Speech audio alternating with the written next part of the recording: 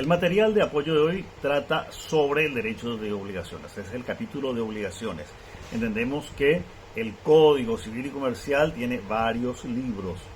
Ya hemos dicho a tenor de comentario que cada libro dentro del Código Civil se estudia prácticamente en un año, durante el transcurso de un año lectivo en la carrera de Derecho. Hoy vamos a hablar de un libro que contiene una materia que se llama obligaciones. Y las obligaciones se pueden conceptualizar como una relación jurídica entre dos o más personas por las que una de ellas, llamada deudor, se constriñe a efectuar a favor de otra, llamada acreedor, una prestación. Constriñe significa obliga, pero tendríamos que decir entonces que la obligación es una relación jurídica por la cual una persona se obliga a cumplir, va a ser una redundancia, entonces se cambia la palabra obligación por constriñe. En la definición clásica pues se usa esta palabra, se le esfuerza, se le obliga a una persona que no está cumpliendo una obligación a cumplirla. Claro, si no, no existiría ninguna seguridad que una persona pagara sus deudas o cumpliera con las obligaciones que tiene. ¿Cuáles son los elementos de una obligación? Los elementos de la obligación son el sujeto, el objeto y la causa. El sujeto pues son los intervinientes, existe un sujeto activo y un sujeto pasivo. No necesariamente el sujeto activo o pasivo es una persona, pueden ser varias personas. Entonces, pero existe un sector, por decirlo, activo y un sector pasivo que le llamamos los sujetos. El acreedor, el sector acreedor, el sector deudor. El objeto es la prestación prometida. ¿Qué es lo que yo prometí hacer? Pues pagar, construir una muralla, no construir la muralla, etcétera. Vamos a ver que existen obligaciones de no hacer. Y la causa, que sería, pues, qué es lo que ha generado esa obligación. Entonces, en cuanto al sujeto activo y pasivo, pues entendemos que hay un deudor y un acreedor. ¿Cuáles son los requisitos que debe reunir esta obligación? Esta relación jurídica debe ser posible, es un acto jurídico, como lo tratamos en otros materiales, debe ser posible, debe ser determinado o determinable, pues si la prestación no está determinada no habría forma de exigir el cumplimiento de lo que no podemos determinar que queremos que se cumpla. Debe ser lícita, no tiene que estar contra las buenas costumbres, las leyes, etc. Y la causa de la obligación pues sería la finalidad buscada por las partes para concretar esta relación jurídica. Los efectos de esta relación jurídica llamada obligaciones pues son, se pueden dividir, mejor dicho, en normales, anormales y subsidiarias. Los efectos pues normales, el efecto normal de una obligación es cumplirla. Si yo quiero un crédito, le tengo que pagar. Si me pagaron por hacer una muralla, la tengo que hacer, etcétera, etcétera.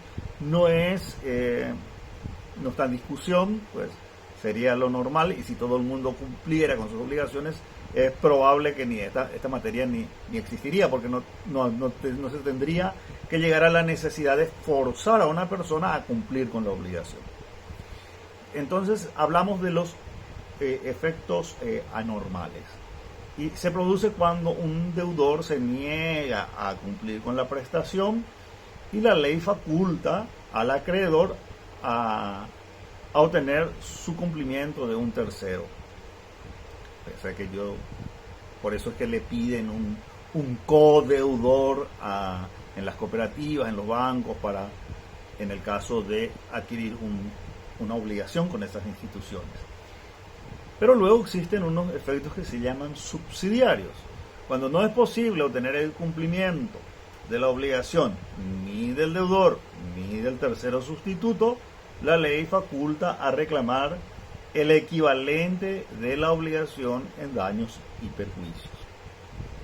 Acá tenemos que entender que también otro punto, que es un principio que guía todo esto, es que los efectos de las obligaciones recaen no solo en la persona del deudor, sino sobre sus bienes. Entonces, su activo queda afectado por el cumplimiento de su pasivo. No, todo el patrimonio.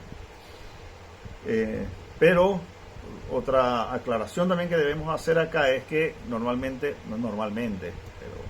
habitualmente, una persona que está en un problema grave de no cumplir sus obligaciones, alguien que está en quiebra, etcétera, pues produce el efecto que se presentan todos los acreedores, y a veces no hay para todos los acreedores. Otra situación que se da. Y la ley establece lo que se llama la preferencia del pago de los créditos. Este es un tema muy complejo. ¿Quién tiene que cobrar antes que quién? No es tan complejo, o sea, en el sentido de que el Código Civil establece un listado y una prelación. Pero existen otras leyes y otros códigos que también pues, van introduciendo su prelación, su participación primordial por el hecho de la importancia. Nosotros tenemos en la clasificación clásica del orden de los que tienen que cobrar, primero se tienen que pagar los gastos de justicia. Uno ya armó un disturbio creando una judicialización, unos gastos de justicia que cuando yo voy a ir a reclamar algo me van a poner ya una tasa judicial, etcétera, cuánto cuesta el juicio, etcétera. Los créditos con el Estado y las municipalidades, hay que pagar primero los créditos que son hipotecarios, prendarios, hay créditos de suministro de semilla, créditos de tributos indirectos, por ejemplo, tiene una prelación que no está en el Código Civil, la manutención de los hijos menores. Entonces solamente vamos a saber que existen un orden de prelación de pagos. Es muy diferente si yo me presenté, por ejemplo, vamos a poner que hay solo 5 acreedores y el acreedor 1 y el acreedor 2 tienen una hipoteca, el acreedor 3 tiene una prenda y los otros 2 acreedores tienen un pagaré que nunca escribieron. Y hay un acreedor 5 que de palabra le prestó dinero. Existe un orden en el que se deben de pagar. Existen también los que se llaman los créditos privilegiados para el cobro, los gastos de justicia, los impuestos. No vamos a entrar a establecer este orden, porque realmente se debe recurrir a varios cuerpos de leyes y varias leyes, varios códigos, para poder establecer lo que en realidad es el orden de prelación de pagos. Pero por el momento y a la altura de este material y del desarrollo de estos contenidos, basta saber que hay que tener en cuenta que existe un orden de prelación y que normalmente o habitualmente hay gente que no puede cobrar, o porque no le alcanza, o porque no tiene una forma de demostrar un privilegio de pago. Las obligaciones se clasifican también. Hay obligaciones que son principales y accesorias, divisibles, indivisibles, solidarias, etcétera. Voy a hablar de cada una de ellas. Existen obligaciones que son principales y obligaciones que son accesorias. Y son obligaciones principales aquellas que tienen vida por sí mismas y no dependen de otras. Si yo voy a ir a un caso muy, muy simple, sin tener que usar mucho tecnicismo. Si yo adquiero una deuda y dejo en garantía una cosa, lo principal es que yo estoy teniendo una deuda y lo accesorio es la garantía. Si yo debí 3 millones de guaraníes y entregué una cosa en garantía, si yo pago los 3 millones, no existe lógica que esa cosa siga en garantía, si yo ya pagué. Entonces, las obligaciones se dividen en principales y accesorias, como esa obligación de aquello que existe por sí mismo y aquello pues, que está respaldando esa obligación. También se dividen las obligaciones en divisibles, indivisibles y solidarias. Divisibles son aquellas que permiten el cumplimiento parcial o por partes, por ejemplo, dar sumas de dinero y yo me comprometo a cada mes a entregar una suma o puedo hacer una prestación o una edificación por partes, etc. Las obligaciones indivisibles son aquellas que, como su nombre lo dice, no se pueden dividir. Por ejemplo, cuando tengo la obligación de entregar un automóvil, no puedo entregar primero las ruedas, después el volante y luego los asientos, etc. Tengo que entregarlo de una vez. Y las obligaciones solidarias son aquellas en que todos los deudores están obligados en virtud a un título. Eso luego se va a estudiar en forma particular, porque es como que todos los obligados deben el todo y nadie no puede pagar. Si Juan, Pedro y Aníbal son deudores solidarios, cuando usa la palabra solidario, quiere decir que aunque Pedro haya pagado su parte y Aníbal haya pagado su parte y el tercero no pagó su parte, es como que la obligación no se cubrió, todos quedan solidariamente unidos a que se tenga que pagar eso. También hay como una clasificación en relación al objeto. Las obligaciones de dar,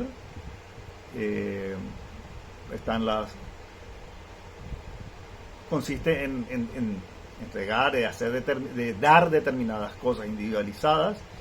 Hay obligaciones de dar cosas inciertas, que también puede ser en títulos constitutivos, cosas que en calidad y cantidad pueden ser reemplazadas.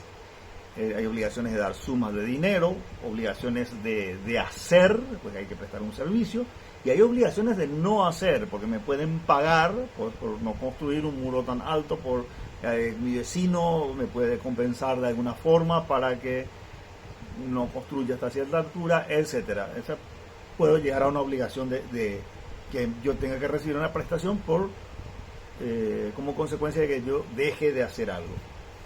En relación al sujeto, las obligaciones pues existen simples y compuestas.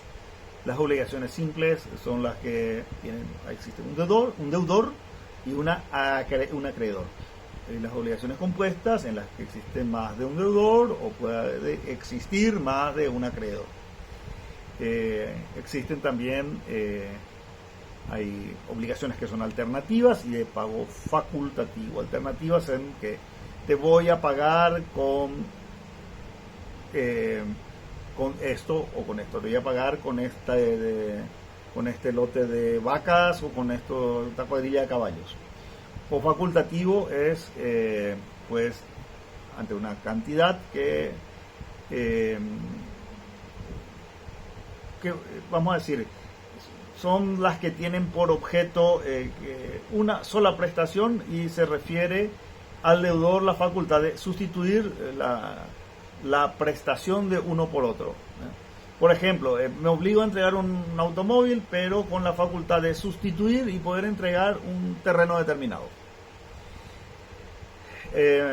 Pues existe también transmisión de esas obligaciones, se pueden transmitir las obligaciones. Por ejemplo, si vemos lo que es la cesión de créditos. La cesión de créditos que consiste en un acto jurídico bilateral por el cual una de las partes se obliga con respecto a la otra a transferir un crédito que le corresponde y la otra persona le acepta.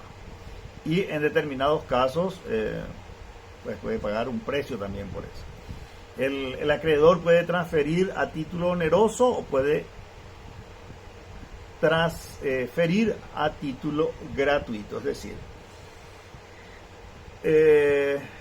hay un crédito, algo que yo tengo que cobrar, y yo transfiero, en vez de que cobre yo esa obligación, ese dinero o ese servicio, pues le paso a otra persona. Le digo a mi hermano que en vez de cobrarle yo a Pedro, le paso el crédito a él y que cobre él. Le puedo dejar ese crédito de forma gratuita porque es mi hermano, o le puedo decir, mira, yo este crédito lo tengo, fulano me debe, y como parece que yo ya estoy apurado, él tiene un tiempo para pagar esto, te lo voy a dar y te doy por la mitad del precio. Cosa que puede suceder, ¿verdad? Que alguien me compre y entonces Pedro, en vez de pagarme a mí, le va a tener que pagar a otro. La deuda pues continúa, la obligación continúa igual. Igualmente pueden cederse deudas, es decir, que la cesión de deudas tiene lugar cuando un tercero, a iniciativa de un deudor o sin su consentimiento, asume la obligación que el deudor tiene por el acreedor. O sea, yo le debo a Pedro y transfiero mi deuda a Juan. Que Juan va a deber en vez de mí. Pero para eso tengo que tener una autorización del que va a cobrar, obviamente, porque si yo le estoy transfiriendo mi deuda a alguien que evidentemente no va a pagar, no hay o no le conoce el acreedor, no va a tener ninguna gana de hacerlo y no va a autorizar.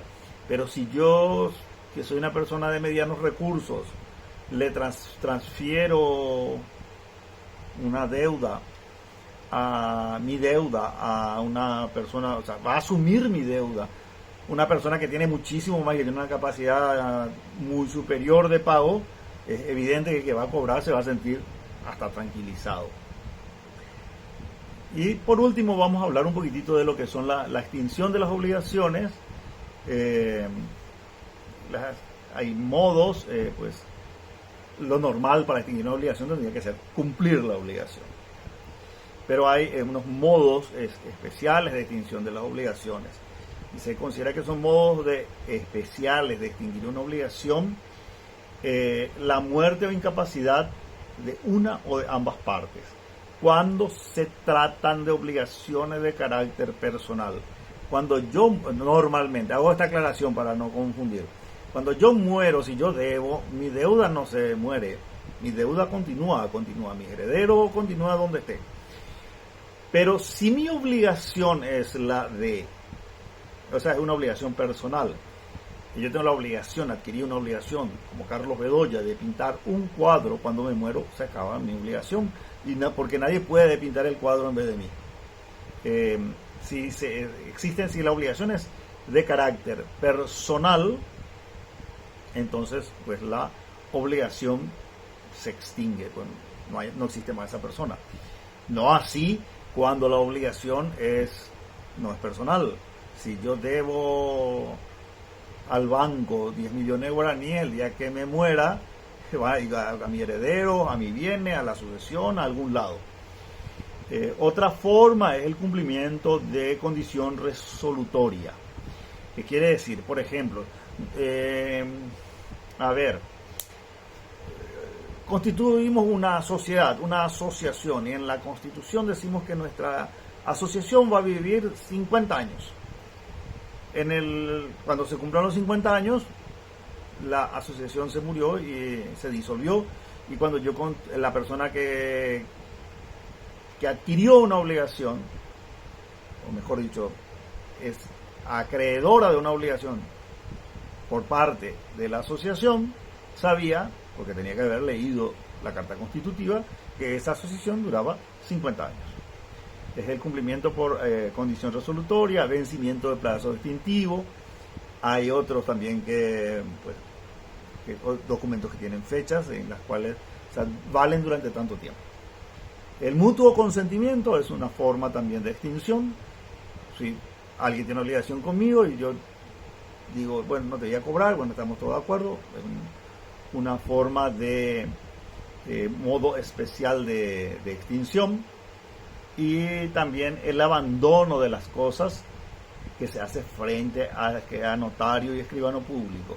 Yo le entregué una triviadora a alguien que es muy valiosa, todo eso me debe, tenemos un negocio jurídico, hay una obligación que tengo que pagar, Y yo no tengo más interés en esa cosa, pero yo tengo que ir ante el notario a decir que yo he abandonado la cosa en manos del deudor.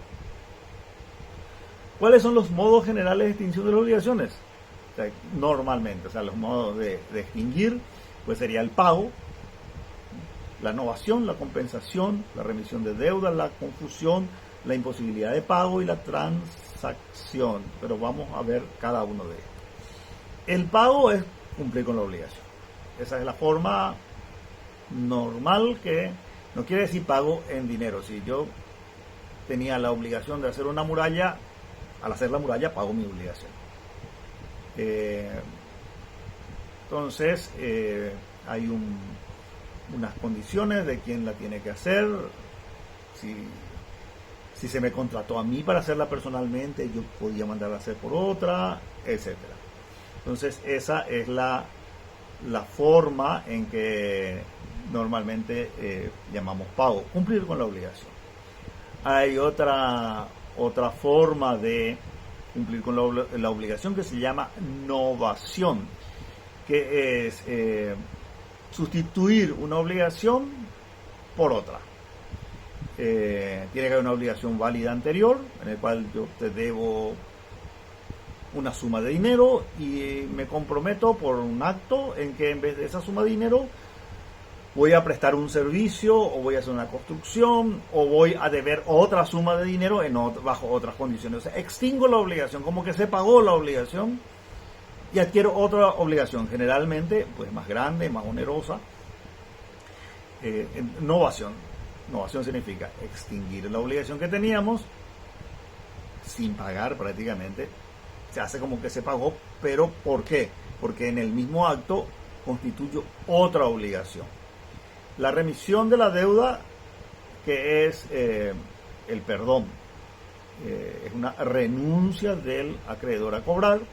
La compensación es, vamos a decir, cuando se compensan dos deudas. Por ejemplo, una suma de dinero por unas cosas, entendiendo jurídicamente cosas, que se me da a cambio, o sea, pero que yo ya tenía en otra relación. No es que se me da a cambio la cosa, sino que eso sería otra figura. Vamos a suponer, Pedro le debe a Juan 10 millones de guaraníes, pero Juan tenía unos pagarés para cobrarle a Pedro por 3 millones, pero también le tenía que entregar unos ganados, etcétera. Es decir, si yo te debo, yo estoy obligado a cumplir con una obligación contigo,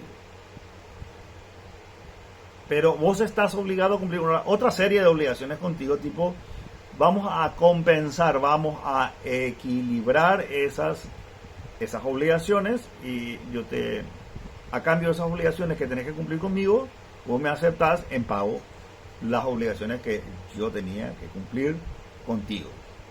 Está también otra forma de distinguir las obligaciones, que es la confusión, en cuanto la calidad de deudor y acreedor recaen en la misma persona, y que podría ser que hay una persona a la que me debe, que puede ser un pariente, un ascendiente mío, y esa persona se muere y heredo sus bienes. Entonces yo soy el acreedor de la deuda que yo heredé. O sea, el deudor y el acreedor se vuelven la misma persona. También existen otras formas, que la transacción, que es un modo general también de extinguir las obligaciones, y en que las partes se hacen concesiones recíprocas. Extinguen obligaciones litigiosas, se llega a un acuerdo. Si llega a un acuerdo, pues se extingue la obligación porque acordaste extinguir el acuerdo. La otra es también la prescripción, y la prescripción en general es el modo de adquirir un derecho o librarse de una obligación por el transcurso del tiempo legalmente establecido. Un caso es la usucapión, por ejemplo, cuando una persona está en el terreno de otra persona durante cierta cantidad de tiempo que establezca la ley, por ejemplo 20 años,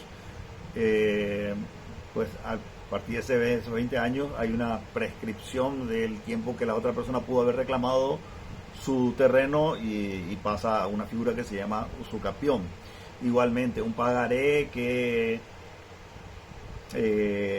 no fue reclamado en 4 años y no fue renovado, pues va a perder su validez. Entonces, esa es otra forma también de prescribir pues, una obligación. Todo esto que les voy comentando es una visión muy general del tema de las obligaciones. Como digo, existe una asignatura para desarrollar todo esto, pero es nada más para entender en qué consiste una obligación, la cual después de todo esto pues, puede volver un poco a ese concepto inicial, que se entiende entonces que la obligación es una relación jurídica que establecen dos o más personas. Siempre existen dos partes, deudor o acreedor, por más que existan una miríada de personas, por lo cual una de ellas, que se llama deudor, se ve constreñida, obligada a favor de la otra persona, llamada acreedor, a realizar una prestación. Y que esta prestación puede ser de dar, de hacer o de no hacer. Hasta el próximo encuentro.